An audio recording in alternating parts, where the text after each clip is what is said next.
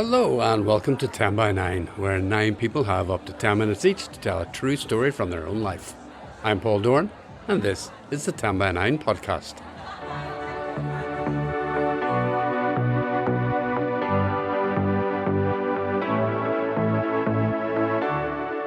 Well, first of all, apologies for the delay in getting a podcast out, but after almost 10 months in the classroom, I decided to take myself on holiday for a week, doing very little other than swim in the Mediterranean and lie around a lot. Wonderful. But I'm back now ahead of a busy 10 by 9 summer. And there are 3 stories on this podcast for you, told at 3 different events this year. She married twice, and then she gave up in the institution altogether, taking herself a lover. I sat there slightly confused, looking at my face, and then that feeling started rising from my stomach to my head. The realisation and memories from the night before came flooding back. I was obviously drunker than I thought. We were the only people dressed in bright blue.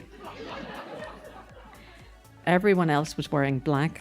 I leaned forward and glanced around the pillar that was in front of me, and there it was, a coffin. So get ready for an unlikely bald heroine, a tipsy act of bravery, and a comedy of errors in the French Alps. Okay, let's get started. And what's more appropriate than starting with a first-timer? It was our May event in Belfast Black Box when the theme was Hero. Here's Éadaoin Macauley. I'm a newbie to retirement, and as a newbie to retirement, I've taken up writing classes. And our tutor threw the theme Hero at us in a recent class. We began with a question and answer exercise on the topic, and 2 questions in particular resonated with me and got the pen moving. Those were A, who were your childhood heroes, and B, the much more thought-provoking question, well, for me anyway, have you ever been a hero to yourself? In respect of the first of those questions, I was in the very fortunate position that the names of childhood heroes just kept coming. One of the first names I wrote was my father's, but he's not actually the subject of my writing. He's just making a wee cameo appearance here at the start, since one of the main reasons that he was a hero of mine was that he either read or sang to us every night. And having raised my own family, I now understand that level of consistent nightly commitment to introducing your children to story and song is in itself heroic. However, through his storytelling and singing, my father introduced myself and my bigger brothers to a wonderful cast of heroes. A lot of our childhood heroes were from his stories of Celtic mythology and legend. We were well versed in the antics of the Red Branch Knights, the mighty and heroic deeds of Cuchulainn, the power and the strength of Finn McCool, and the magic and mystery of the Tuatha De Danann, and the familial loyalty of Oisin, who ventured back from Tiernan to see his father one last time. My brother's playtime in the garden mostly revolved around them imagining themselves as Setanta, pugging their slithers heroically into the gaping, snarling mouth of an encroaching fierce hound. Now I, as the wee sister, felt a wee bit left out of all these heroic shenanigans, until one night, through song, my father introduced me to one who would become my very own hero. As well as passing on our myths and legends to us, my father wanted to give us all a gra for our native tongue, and singing was one of his tools for nurturing a love of the language.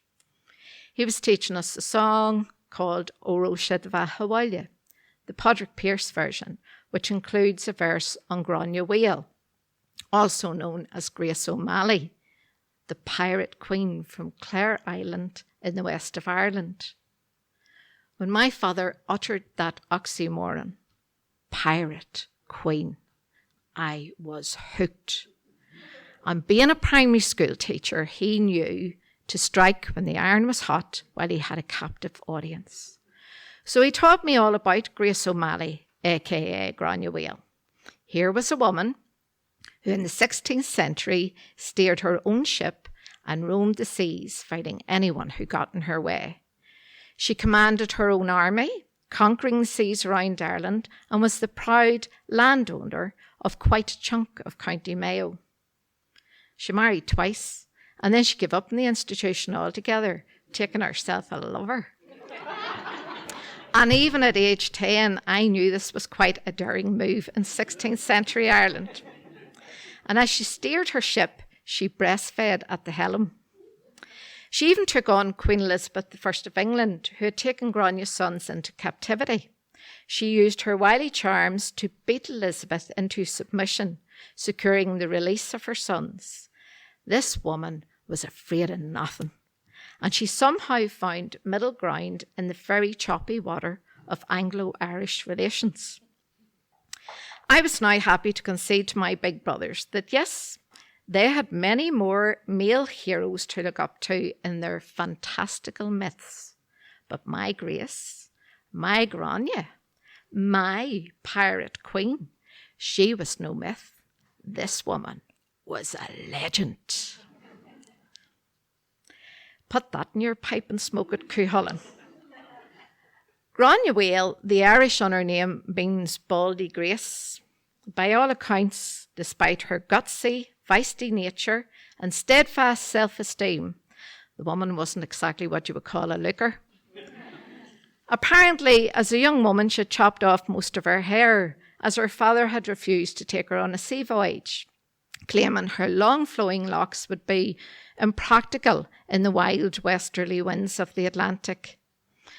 And so she inherited the moniker due to an unfortunate physical trait that set her apart from her female contemporaries. And apologies to the more empathetic members of the audience here who will recognise that for what it was, a good old dose of body shaming. Nevertheless, as I grew up and began to navigate my own path through life, Gráinne Mhaol was always there in the background for me, egging me on with her fierce Celtic can-do attitude.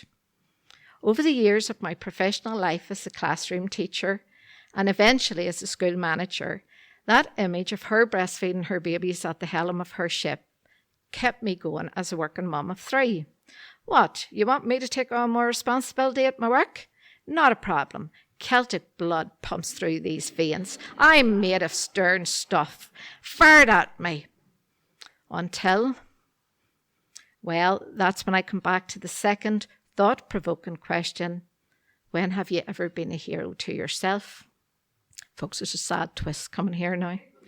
You see, as time went on and the stresses and strains of school management began to catch up with me, I was soon to discover that me and my pirate queen, my Gráinne Mhaol, my Baldy Grace, we had more in common than I knew. I know it wasn't the 2 husbands and the lover thing. Yet, Connor. I was pushing through a lot of stress and a heavy workload with a smile on my face, but quickly learning that the adage, the body keeps the score, was indeed true. Despite my attempts at denial, after a number of years of school management, my hair began to fall out and I began to suffer with alopecia. Now, I had always felt sorry for Baldy Gráinne, even though she herself seemed pretty indifferent to her lack of hair in the 1500s. But it was altogether a different story for me. I don't know if I'd call it vanity, but I like my hair. It's really the only part of me that I'm at ease with it growing and growing and growing. So once the hair started to go, I knew I had to make changes. But now I entered my own choppy waters of indecision. What about the family finances? We've kids to put through university.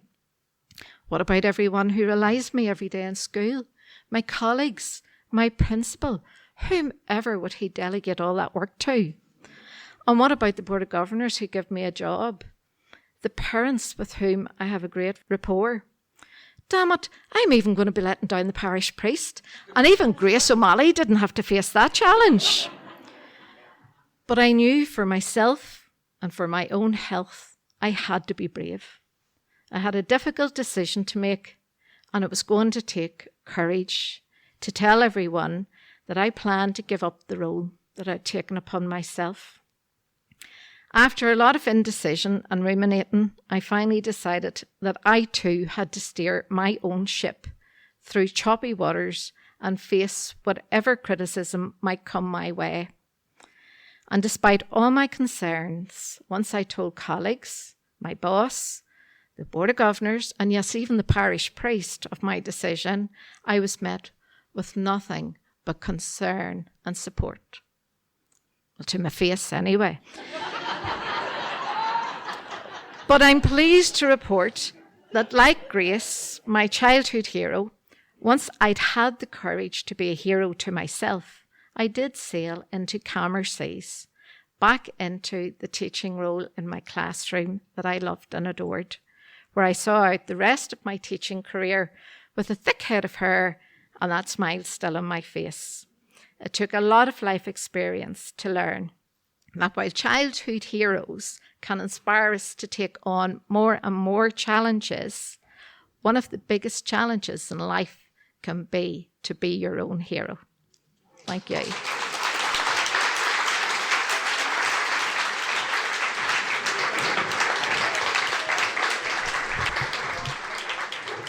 Thanks so much, Éadaoin. I'm so glad you brought the current husband along to keep him on his toes. See you again soon, I hope.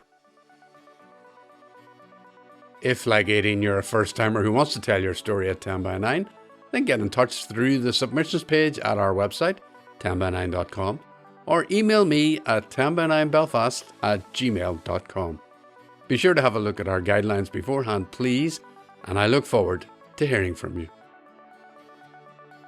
Now, on to our second story, and we were in Omagh on June 4th for an evening sponsored by the Integrated Education Fund, who, I have to say, are great to work with. The theme was Stepping Up, and appropriately enough, one of their team did just that, with an amazing story. Here's Gareth McElduff with some bad language, as my mammy might have said, and a mic that wasn't quite as crystal clear as we're used to. Like many Irish stories, good or bad, this one starts with drink, funny enough, like this here tonight. It was Friday the 1st of April 2011, and it was on my annual night out with my football lads. Now, how to remember this exact date, you might ask? Well, it'll not be hard to forget, as you'll find out. We started off playing pool before doing a tour of the town, ending up in our usual merry mess. And as with many a night, we picked up a few stragglers along the way, friends of friends, who somehow attached themselves to the group. One was a young lad I recognised from the bar my dad used to drinking, McElroy's. Hey, you work at McElroy's, my dad drinks there. That was enough to start the chat, and we were at it for the rest of the night then, having the crack. The next day I woke up with that all too familiar feeling, Jesus Christ, I'm dying. Sorry for the language too, later, there's a lot more. But a great night anyway, I think. I was going out with my future wife at this stage, and I nervously sent her a text. There was obviously no way I was capable of making that phone call. So I texted, I'm heading into town here, do you fancy coming over for you? Thank God for my sanity, she said yes. We landed in McCann's anyway at 2 o'clock, and after a few shaky pints I began to feel human again. It was Omagh half marathon day, and for about the 10th year in a row now I had managed to somehow avoid running. As the day went on, the crack was mighty, and some of the marathoners arriving to join the rest of us pub athletes for a well-earned pint. The news started filtering through. Something had happened out the road, an accident, maybe an explosion, but someone had died. We were still only getting bits and pieces when one of the lads who was out the night before walked through the door. He knew everything, unfortunately. Mark, you know that lad you were out with last night? Now, you know, as we all know together, as I think in sentences that tend to not have a good meaning in my experience. When it was his brother was killed out the road, they're saying it was a baby trap bomb. The young man was 25-year-old Constable Ronan Kerr. I didn't know him from Adam, but I'd been out having the crack with his brother the night before. Both of us not a care in the world, and just like that, his life and his family's life were just ripped apart in the blink of an eye. We sat there numb, chatting amongst ourselves in total disbelief.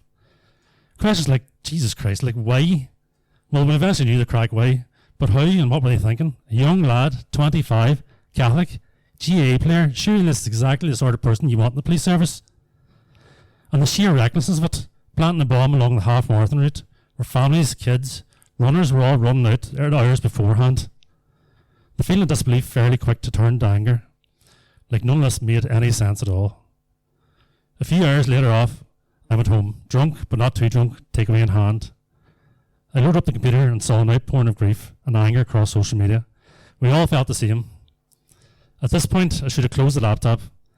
Laptop, social media, and drink is obviously a match made in hell. Laptop should really come with breathalyzers, but in hindsight on that day, I'm so glad it didn't. Again, pardon my French for the next part. Right, fuck this, I thought. We have to do something about it. Show these assholes this shit isn't going to wash no more. We've had our fill of it here. So off I went and set up a Facebook page for the following Saturday event page called March Against the Wankers. Catchy, or so I thought at the time anyway. I closed the laptop, finished my Chinese, and went to bed thinking nothing more of it.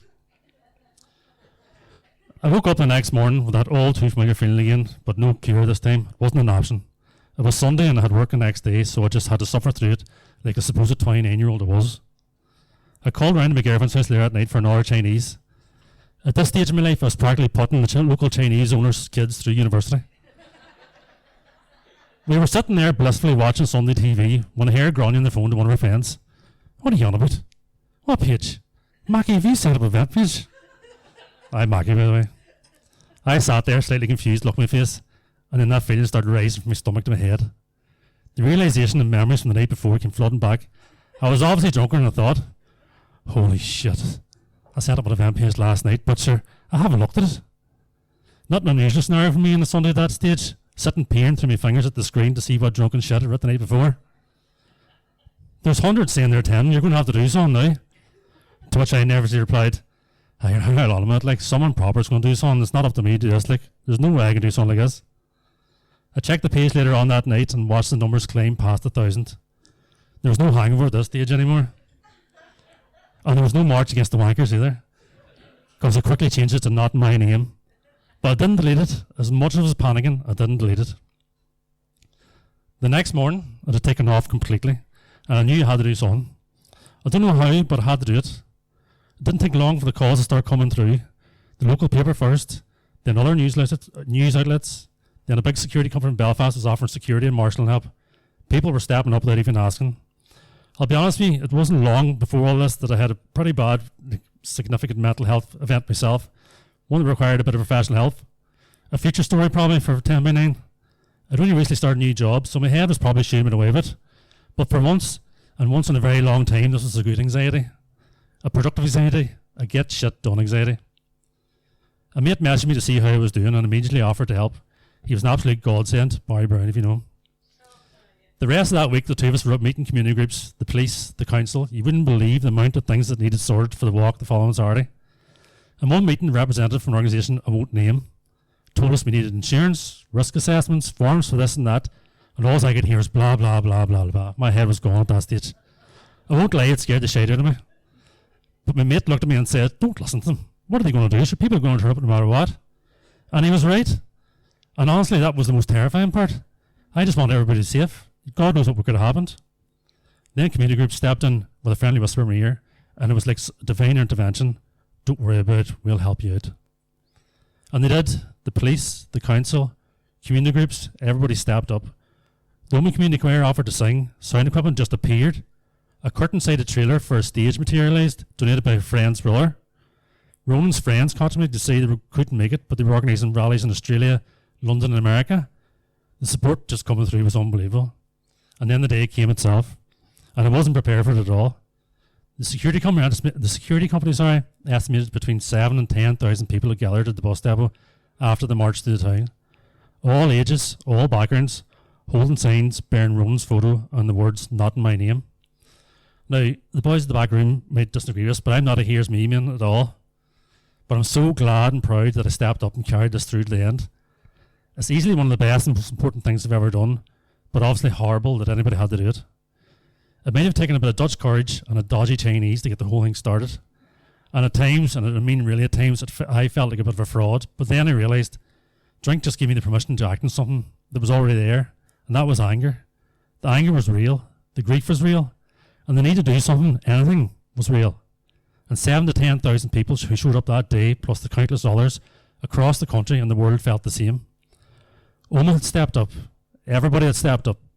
We stepped up for a family deep in grief, for a young man who was just doing a job, and he was trying to help change the place for the better, and he paid for that with his life. It's hard to believe that this was 15 years ago, but rest in peace, Constable Ronan Kerr, Not in My Name, and March Against the Wankers.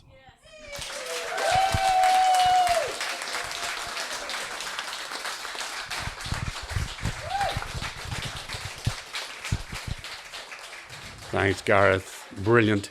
Proving the old adage that no good story starts with a glass of milk. Well done, you. Now, just a very quick thank you to everyone who helps keep 10 by 9 going with donations. Some of you give via Patreon and some of you donate to StoryPig at our live events. I'll be using some of those donations to cover the costs of a very special 10 by 9 in August here in Belfast to coincide with the All-Ireland Fleadh. And what goes better with Irish traditional music than the Irish tradition of storytelling? If you're planning to come to the city, be sure to check us out. Wednesday, August the 5th. Okay, let's get on with the third story, and she's a regular at 10 by 9 and has a great talent for mixing heartache with humour. This time, the emphasis is very much on the humour. Here's the wonderful Pat Scott. A friend lent us her ski apartment in the French Alps for a long weekend. It had been years since Andrew and I had skied, so we set about delving into suitcases in the attic to find old ski clothes. We ended up with a combination of garish coloured jackets and antiquated trousers, but it didn't matter. After all, who was going to be looking at us? On the first day of skiing, we took the cable car up the slopes, but it soon became apparent that it was a complete whiteout and that there would be no skiing that day. We were given directions to leave the slopes and try again in the morning. With the day now stretching out before us, I said, let's get the minibus down to the local village for a look round. It'll be a bit of crack. As we strolled through the village in our vivid blue ski gear, we realised that if you aren't skiing, there really was nothing else in the way of entertainment. But just then, I spotted a lovely little chapel set up on a hill. It was like a picture postcard. Let's go and have a look around, I said enthusiastically, but Andrew wasn't keen. I knew that it really wasn't his thing, but I continued to put him under pressure to come with me. When I finally suggested that he was being a grumpy arse, and anyway, there was nothing else to do, he capitulated and reluctantly trudged up the hill with me. As we reached the door, I was immediately impressed by the smart turnout of the doormen. They looked so suave and handsome in their black suits, ties and matching sunglasses. They looked, well, French. I decided to impress them with my command of the language that I had learned decades before. Bonjour, monsieur, I chirped. No one returned my greeting. Instead, they just stared at us with quizzical looks, obviously admiring our dazzling ski gear. As we walked into the chapel, we could see that a service was in progress. We tried to walk quietly to the back seats, but this was proving very difficult with the noise of our big boots and the squeak, squeak, squeak of the ski trouser legs rubbing against each other. A few people turned round to look. Like the doormen, they didn't seem very friendly either. This wasn't turning out to be the edifying and spiritually uplifting stroll around an alpine chapel that I had envisaged. Instead, I became aware of that strange sense of something not being quite right without actually knowing what was wrong. When I sat down and began to tune into what the priest was saying, I started to recognise a few words from the conversations I'd had years before with our French teacher. Phrases like family man, hard-working, loving husband, father and grandfather. As I began to piece these phrases together, an icy hand gripped my stomach and started to twist it. I looked across at Andrew. His mouth was set in a thin-line grimace. I looked around. We were the only people dressed in bright blue. Everyone else was wearing black. I leaned forward and glanced around the pillar that was in front of me, and there it was. Yes, a coffin. This is a funeral, I whispered, totally unnecessarily. As Andrew's horrified face told me that he had already worked it out. I told you I didn't want to come in here, he hissed back at me through clenched teeth. I needed to take charge of the situation, and quick. Okay, I said, this is the plan. As soon as the priest stops speaking, we'll just make our way back out. No one will be any the wiser. Sure enough, in due course, the priest stopped talking and invited a member of the family up. This was our chance. But any thoughts that I had had of a quiet exit were soon dashed as we thumped and squeaked our way to the back door, where the doormen, whom I now realise were the undertakers, were standing staring at us with continental contempt. I was a lot less chipper this time, apologetically whispering, "Pardon, monsieur, je suis désolé," as we squeezed past them into the bright sunlight. Andrew was mortified. He ranted and raved about how he had never wanted to go into the church, but that I had bullied him into it. My pent-up nervous energy was bubbling up, and all I wanted to do was to laugh like a hyena. But instead, I just apologised repeatedly for chivying him into coming with me. We made our way to the bus stop to catch the minibus back to the apartment. The bus was going to be another 20 minutes, and as it was a freezing cold January day, I suggested going across the street to a little cafe for a cup of coffee to warm us up and hopefully help thaw the icy atmosphere between us. As we stepped into the cafe, there seemed to be no one about. I started to stroll around the room, admiring the beautiful layout of the tables.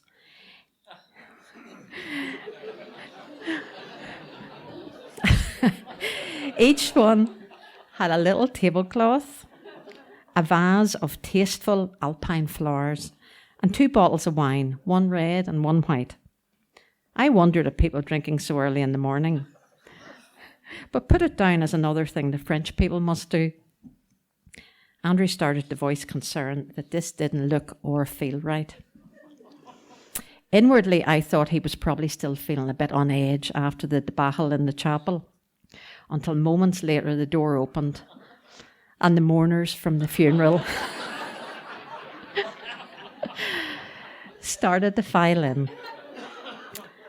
For the second time in 30 minutes, we had that heart-sink moment of realising that you're somewhere that you're not welcome. The first of the mourners just stopped in their tracks and stared coldly and silently at us as we made another walk of shame. Out through these strangers, I didn't try to excuse us in either French or English. There really were no words to make this right. We slunk across the road to the bus stop, where we sat in the freezing cold, heads bowed, as all the rest of the funeral attendees walked past us, staring. Some looked bemused, others openly hostile. We sat silently on the bus for the short journey back to the apartment, reflecting on the fact that we had gate-crashed not just a funeral, but the wake afterwards. 4 weeks later, and after careful consideration, we decided not to go back for the month mind.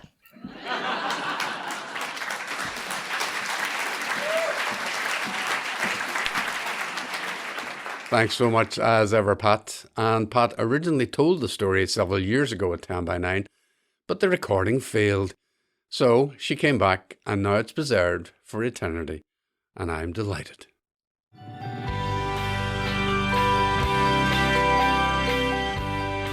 And that is it for this edition of the 10 by 9 podcast. You can keep up with all our upcoming events and themes by having a look at our website, 10by9.com. Plan your visit to the Black Box if you've not been yet, and don't forget about our special FLA event in August, as well as several extra events round and about. 10 by 9 is on the socials. You can follow us on Twitter, Facebook and Instagram, and you can get in touch via email at 10by9belfast@gmail.com. I love to hear from you. Thanks to everyone who helps make 10 by 9 happen: Leanne, Margaret, Chris and Cara. Thanks too to the wonderful Black Box team who make everything go so smoothly, and also the team in Bogan's Bar in Omagh. 10 by 9 would be nothing without our amazing audiences. You really make it possible for people to tell their most private and personal stories. And thanks to the thousands of people who have shared their stories at 10 by 9 over the years, going back to 2011. But especially on this occasion, Éadaoin Macauley, Gareth McElduff and Pat Scott. I'm Paul Dorn, and I'll be back with another podcast soon. But for now, bye-bye.